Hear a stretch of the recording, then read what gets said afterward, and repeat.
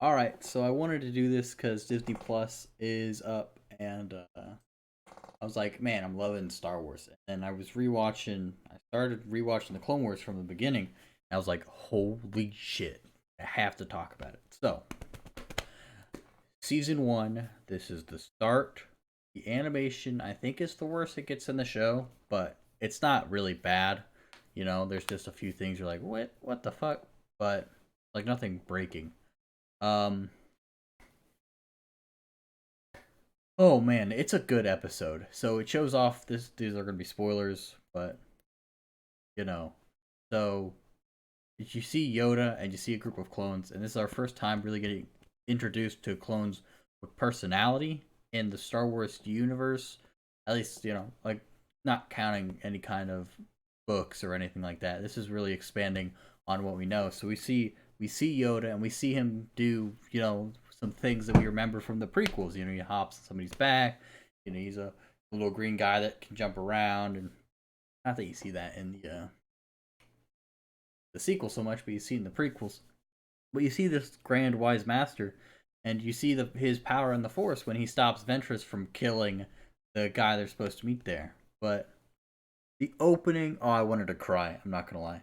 So the opening, bam, bam, bam, and then it scrolls out Star Wars: The Clone Wars, and then the narrator comes in a galaxy torn apart, by war, blah blah blah blah blah blah, right? Okay, so almost wanted to cry. I want that guy to narrate my fucking life. Like he just walk out, you know, middle of the winter. Zach walks out to the kitchen in search of Reese's Pieces. Or Reese's Puffs. Little does he know that there is a horrifying, whatever it could be. I am not good at coming up with things, but just, oh, I want him to narrate my life. Then you get the clones. You get clones with their colored armor, which was just such an aesthetic, pleasing thing to see in the whole series, and you see the action. And man, did I miss Star Wars: The Clone Wars action. It feels so Star Wars. You're like, oh yes, this is what I want in my life. Okay, so enough about me raving.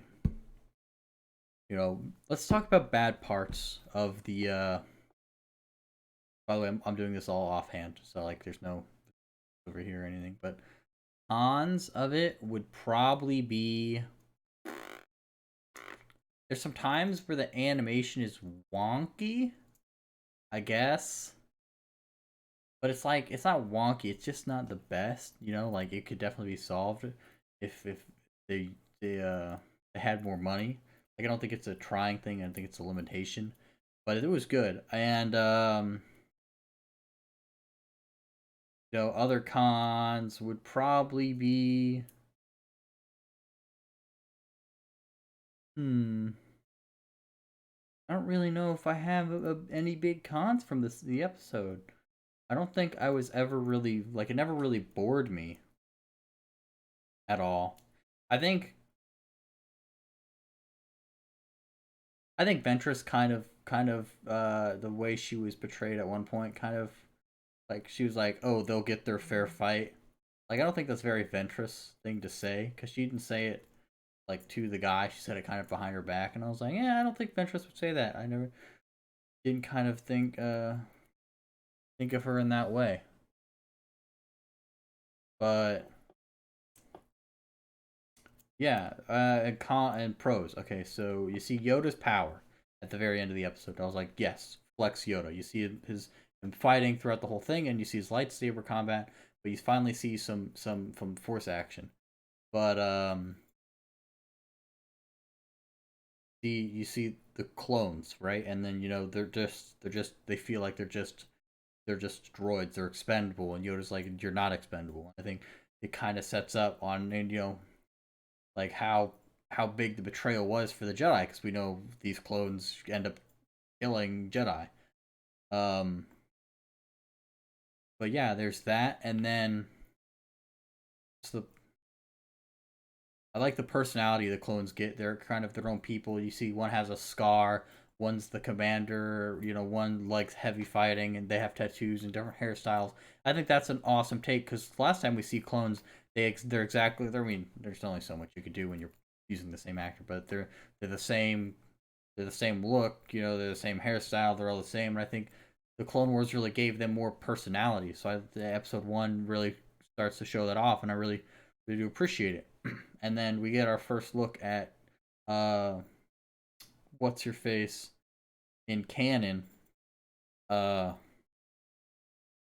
Ventress. I don't know why I could think of her name. Ventress in canon, but we also see a more evil side of Count Dooku. So if you don't watch, if Star Wars: The Clone Wars isn't canon, right? If you don't watch Star Wars: The Clone Wars, then there's a definite argument and theory to be made about if Count Dooku was actually evil.